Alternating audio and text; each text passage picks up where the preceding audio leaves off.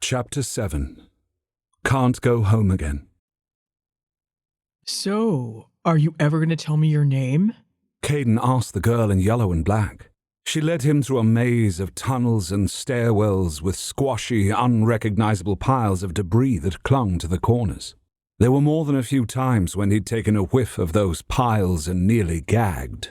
So the Claw has an even easier time hunting me down for helping you? I think not. She said without turning around.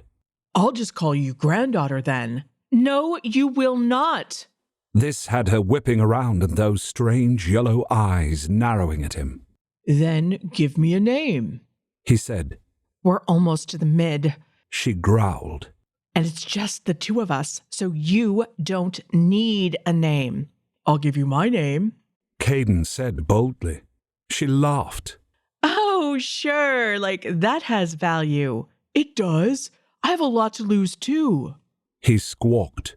Your name, Dragon Boy, is going to be on everyone's lips in no time flat because you're going to be caught.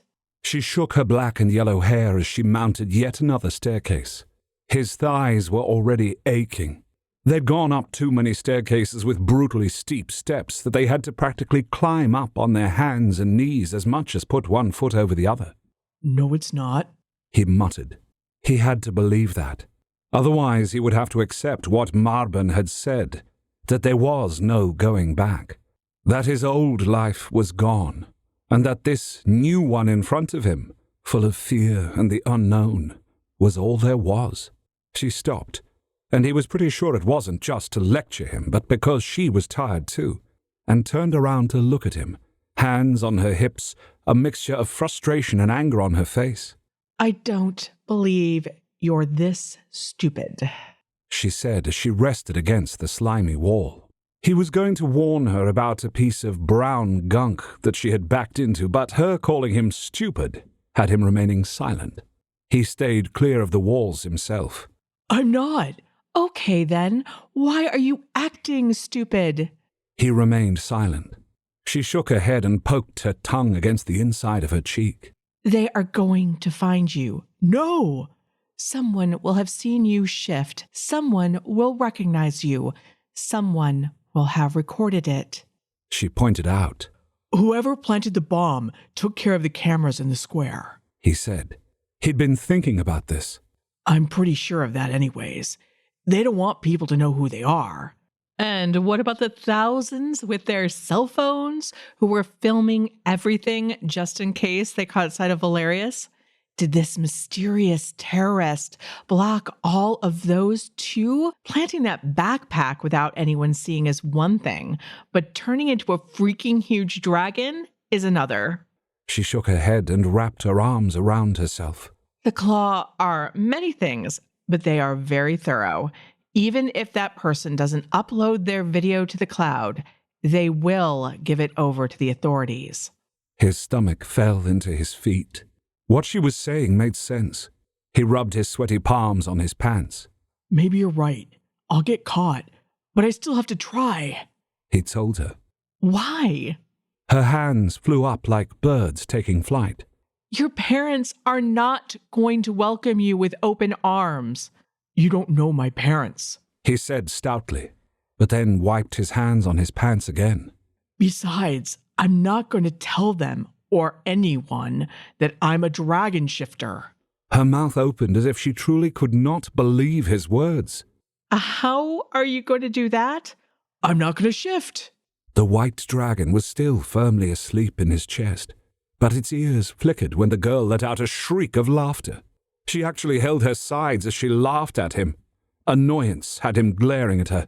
What's so funny? Why are you acting like I'm an idiot? He asked, even as he was afraid now that he had said something stupid.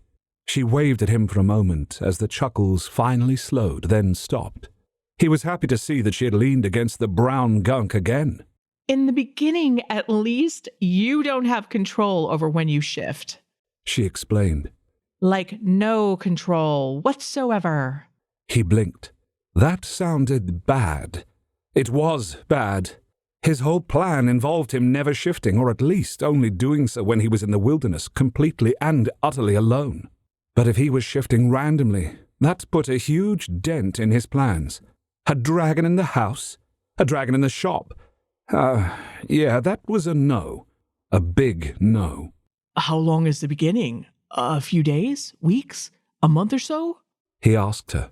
Maybe he could go hiking for a time, get things under control, and then return to the city. One of the things that Valerius's reign had ensured was that there were plenty of wild, empty spaces to get lost in. Her eyebrows rose up with each word he said. How about years, decades, centuries? And I'm betting for a dragon shifter that centuries or millennia are more likely. Those words so chilled him that he couldn't speak at first. Her expression went from mocking to concerned. She ran a nervous hand through her hair and ducked her head. For a moment, he saw the girl she had been before she became a swarm shifter.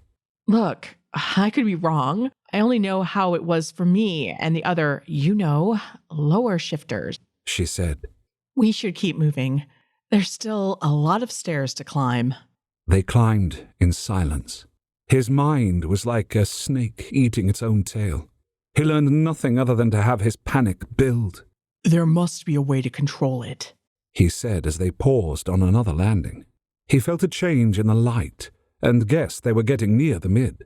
While he was hungry for daylight after the grim tunnels and stairs, getting to the mid would mean losing the girl's company. And though she was prickly, she was the only shifter he knew. Does your spirit talk to you? She gave him a strange look, but then tapped her chin. Sometimes I think it does. It mostly racks my emotions, enhancing them. Like when I'm angry, it's like a buzz in my mind making me really angry. And when you're happy too? Same thing? He asked, hopefully. She considered this and then nodded. Sure, it's like sharing a joke with someone. They laugh, so you laugh harder. She then gave him a curious stare and asked, Does your spirit talk to you? I can see them, he said. And when she gave him an even more quizzical look, he explained. I mean, not really see them, but I can envision them in my head. Right now, the spirit is curled up and asleep in my chest. They're exhausted. Oh. She seemed perplexed by this. I could hear Valerius talking to his spirit when we were fighting, he confessed to her. He had held this information back before, but now he felt like there was no harm in telling. His spirit's name is Raziel. His spirit has a name? Her yellow eyes were quite big. More than that, it argues with him. They were arguing. Caden revealed. What were they arguing about? Her voice held genuine curiosity. No longer was there any sneering in it. Me, whether to attack me or not. Valerius didn't want to, Raziel did. He shrugged and gave an uncertain smile. And Raziel convinced Valerius to go after you? She was very still, clearly enraptured with this idea. No, Raziel was in charge. Valerius was shouting at it to stop, but it wouldn't, he explained. She started shaking her head and crossed her arms over her chest. This is really huge. You know that, right? That they were fighting? That Valerius wasn't in control. She practically shouted. Then she looked around them to make sure no one was nearby. She lowered her voice. Those humans' first assholes are constantly trying to say that the spirits are in charge and the humans they take over are enslaved. What you've just said about Valerius, of all people, would make everybody think they're right. But they're not right, right? She was giving him that mixture of frustrated and angry look again. How do you not know anything about shifters? Because I wasn't one until today. He gestured at his chest. Why would I have to know? Shifters don't live by me. I'm not friends with any. They never even come into the shop. You're really the first one I've ever talked to. Her gaze was distant as she muttered. It really is like we live in different worlds. Lived. I'm in yours now, he reminded her, but she shook her head almost violently. No, you're not. You're a dragon shifter. That puts you into your own category. Hell, even going to the mid makes you and me from completely different planets. Which, by the way, we're here. She pointed up yet another round of stairs. He could see a door at the top with sunlight streaming in around the edges. Even though she was driving him crazy and treated him like he was soft in the head at times, he found himself regretting that their time together was over. Give me some tips. He begged her. Seriously, any advice you've got to keep control of the shifting? For a moment, she almost looked helpless, and he doubted she let many people see her this way, but the emotions were simply too huge for her to hide. Come on, please, anything. She shook her head, but said, Fine. My advice to you is, don't get angry. Try to control your fear. Meditate or something. Emotions make you lose control. Lose control and you shift. Your spirit She swallowed. Your spirit will protect itself. So if you're angry or afraid, it will want to lash out. Okay, so I've got to keep it as calm as possible. He said with a nod. Your eyes are going to shine like fuck, so wear sunglasses. She said. You'll feel pressure in your chest if you're going to shift. If that happens, you need to get the hell away from everybody. He imagined becoming a dragon in the house. It would destroy the whole building. Keep calm, wear sunglasses, feel pressure, then get away from people. He repeated. And this sounds crazy, but if what you've said is true, talk to your spirit. Explain what's going on. She said, and then flexed her hands together. Look, the biggest thing you've got to remember is that you were chosen. Her expression was strange, both hopeful and sad. They say that we get the spirits that we deserve. So you deserve to be one of the rarest and most powerful shifters out there. No matter what Valerius or any of the other dragon shifters think, the white dragon chose you. You're meant to be here.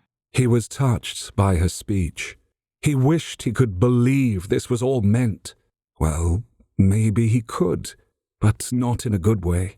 He kept thinking it was all set up to simply kill him. Could there be another future where being a dragon shifter was a good thing?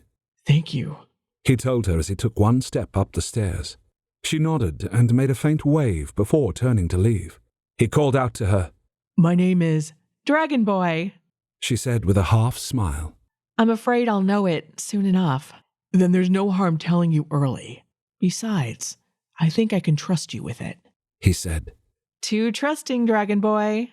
She shook her head, but didn't move to leave again. Caden, he said. Caden Bryce. I won't ask you your name again. I know you don't. Rose. She crossed her arms over her chest, this time defensively against him, as if he was going to make fun of her. Rose. That's nice. She rolled her eyes. Please. It's pretty. She snorted, but her hold on herself loosened. Yeah, well, I guess. It sort of fits with me turning into bees and all. Intrigued, he asked, Can you pollinate flowers and... She glared at him, which had him swallowing, but then she muttered, Yeah, of course. I can do that. I bet you're a great gardener. He guessed. She rocked a little from side to side. People are really poor in the below, if you know that much. So we can't always afford to buy all our food, so gardens are important. So your gift is pretty useful then, he said, smiling genuinely. A momentary trace of pride filled her face, but it was quickly tamped down as she shrugged. It hasn't made me any friends, if that's what you're asking. My vegetables feed a ton of families in the below, but they still avoid me like the plague. I'm sorry, he said. When I realized what kind of shifter you were, I was scared too. Stupid, but I was. Did you check out the Merman series I mentioned? If you want to read more, especially about Amres, Gabriel's ancestor who tragically lost his human lover, he gets his own story in The Merman 2, House of Air. Amres has already loved and lost a human, and never intends to open his heart again. But when the mare rulers command Amres to find other mare-human hybrids, he must walk among them once again. And it's on land where he meets Spencer Long, a hybrid student whose ancestry comes from his family's ancient enemy. He does not wish to experience the pain of losing a lover again, but he can't deny the bond that's starting to form the instant they meet. This Merman sequel is complete, and you can read the entire 48 chapters as a member of my serial site, wraithrain.com. I'll post a link in the notes. At first, she seemed nettled, but then she let out a sigh. You know how ridiculous that sounds, right? You're a dragon who shoots ice out of his mouth, and you were scared of a girl who can turn into bees? Bees sting when they're mad at you, he said. Her lips twitched into what suspiciously looked like a smile. Yes, we can, but if we sting, we die. So when individual bees you turn into die. No more questions, Dragon Boy. I mean, Caden, she said. Next time then, Rose, we'll talk. He pointedly used her name too. She shook her head. You're crazy, but okay. Next time we meet, assuming you're not in prison, I'll tell you all about me. Excellent. He grinned at her. She waved a hand in the air and jogged down the steps. Soon she was out of sight and he was alone again. He felt adrift, like a boat in the middle of the ocean with shredded sails and no engine. But he only allowed himself to feel that for a moment. He was nearly home, and if he was going to give his plan a shot, he had to start acting like his normal self once more. All of this, everything that had happened, could be wiped away. He would find a way to control the shift. He would have his old life back. Caden turned and walked up the last stairwell to the door. Light leaked around the edges and through a grate. He took in a breath and peered through the grate. The sunlight was almost blinding. So much had happened since he was in the square at noon that it felt like it should be night already. But it was still bright daylight out. Only a little over an hour had passed. The door led out not too far from his neighborhood. It was a small market area where fresh fruit and vegetables were sold, along with meat, cheese, and bakery goods. The marketplace was normally closed after 1 p.m., but due to the crowds from the anniversary, everything was still open. The door looked to be behind one of the fruit vendors. Even with the scare of the white dragon, he nearly snorted at that. The market was still filled with people talking and bargaining and eating. He didn't see any claw. He pushed the door handle down and opened the door just wide enough for him to slip out. The sunlight hitting his face had him squinting, and the white dragon inside of him stirring slightly, as if the feel of the light and the sight of the sky awakened it. Remembering Rose's advice, he tried to calm his own anxiety about being out in the open, and the dragon spirit slipped back into deep sleep. No one seemed to notice as he left the door and joined the throng of the market. He made his way through the crowd like an eel through thick rushes, and finally escaped the tourists. He half-jogged down the familiar tree-lined streets of West Reach. His heart was suddenly in his throat as he caught sight of the 2-story colonial he lived in with his parents and sister. The blue shutters and white siding were as familiar to him as the back of his own hand, and were more welcome to him than anything at that moment. Home. He was home. He practically jumped up the few steps to the front door. The front door itself was open, but the screen door was closed, and it let out a protesting squeak as he wrenched it open. Caden? It was his sister, Tilly's voice. She was shouting. Her voice was full of anguish. It's me, Till. He called back. Oh my God! She screamed, and suddenly he had an armful of trembling sister. Her arms were around his neck. He felt hot tears against the side of his throat. She was gripping him as if afraid he would disappear like smoke if she didn't. He held her back just as tightly. It's okay. It's okay. He kept telling her, and at that moment it felt that way. When you called, and then you weren't there, and then the bomb and the dragon. Oh God, Caden, I thought you died. She sobbed, and so had he. At that moment, their mother was in the doorway behind Tilly. She was clutching a dish towel. Her expression was wrenched, but then it smoothed out. He could tell she'd been worried too. Caden, you gave your sister and me such a fright. We were thinking, well, it doesn't matter. You're safe. And it was all a scare for nothing, she said as she dried her hands before coming over to tussle his hair. Tilly would not let him go, so she had to reach around his sister to kiss his cheek. I know. I'm sorry. There was a bomb and I lost my phone and wallet and clothes and humanity and, oh God, Mom, I can't tell you any of that. So he said nothing, just leaving it vague. But she was already nodding and filling in the blanks just as he hoped she would.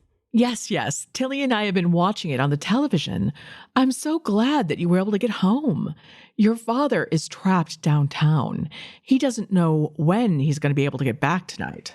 Tilly, though, had not recovered as quickly as their mother had. Their mother believed that nothing could really go wrong. Nothing awful would happen to them. And she refused to dwell on bad things that were simply not going to happen. Their father was the worrywart, probably because he was a litigator and saw every day how things could and did go wrong. Are we going to wait for him for dinner then? He asked, his stomach turning in on itself with hunger, her eyebrows raised. Dinner? It's only 1 p.m. It's a little early to be thinking about dinner, isn't it? I didn't really get anything to eat except yogurt this morning, he confessed. There's fixing for sandwiches in the fridge. I've got to head to the Faith Center now that I know all of my family is safe. Their mother said. She caressed his cheek, a certain softness entering her practical demeanor, which allowed him to see how scared for him that she had been, but would not acknowledge even to herself. Why are you going there? Caden asked. He cuddled his little sister, who remained silent, watching and listening to their exchange. She'd actually fingered some of the clothes he was wearing, and a frown had crossed her face. For the new dragon shifter, she explained as she pulled on a light jacket. His stomach suddenly did a physically impossible thing in his chest that felt rather like a double axle.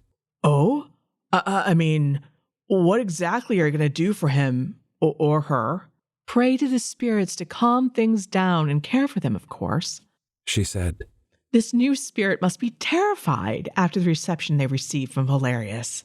His heart lifted a little. So you think Valerius was wrong in attacking the White Dragon? You don't think they had anything to do with the bomb? Spirits are all about life, honey, not death. I'm afraid that was likely something set up by humans first. She sighed.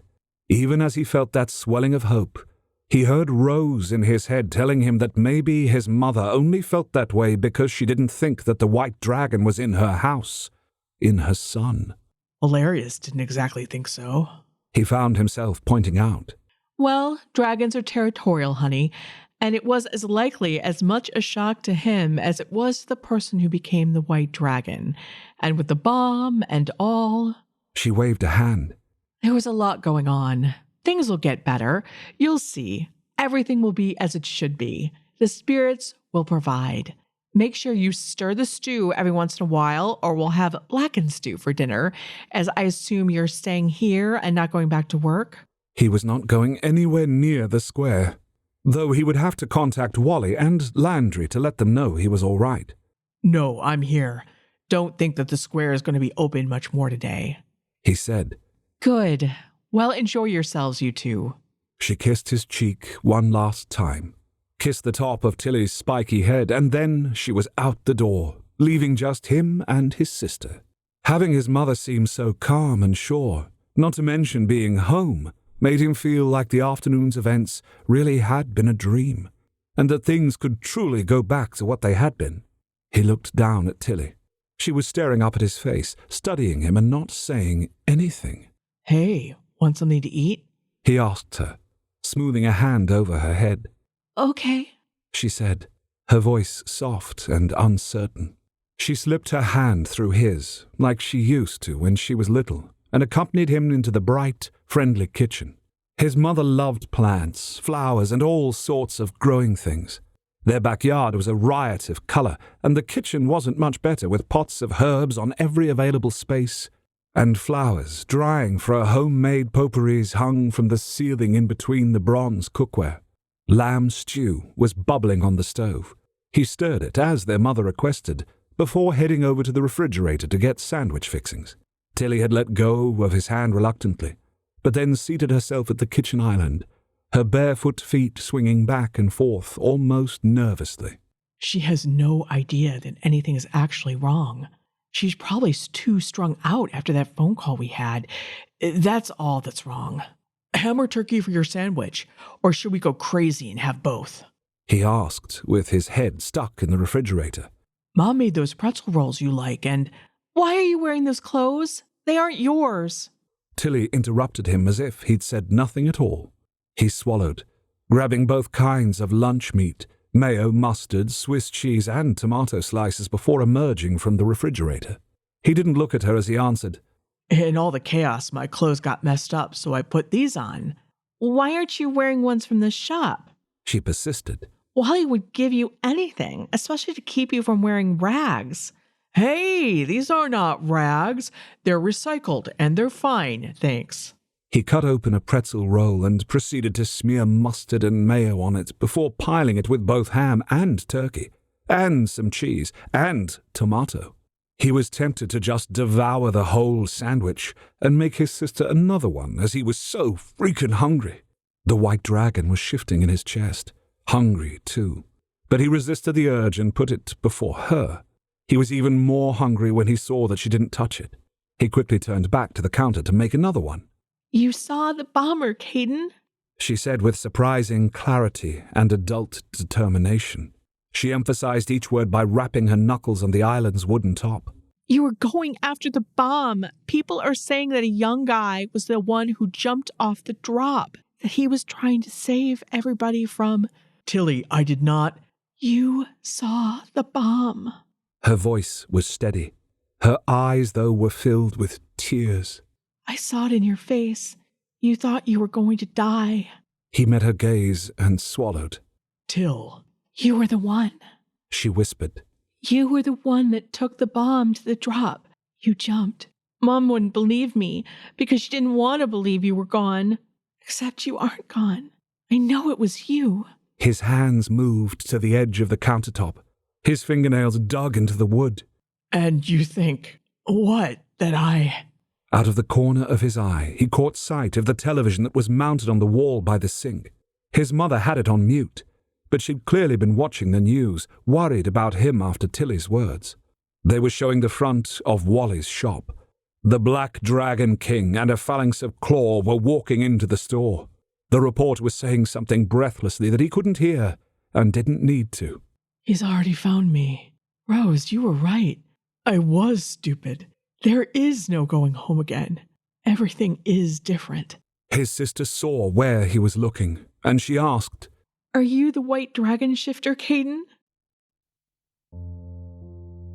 One of the things I love about having my own subscription site is the conversation between me and my members. This lets me know immediately what you think about the stories that I'm currently writing. For many authors, getting feedback on every single chapter would be stressful. But for me, it's not just fun, but it's my fuel. I got into writing to entertain other people, so your reactions are the wind beneath my wings. If you become one of my members, consider leaving a little comment on the latest chapter. I often respond.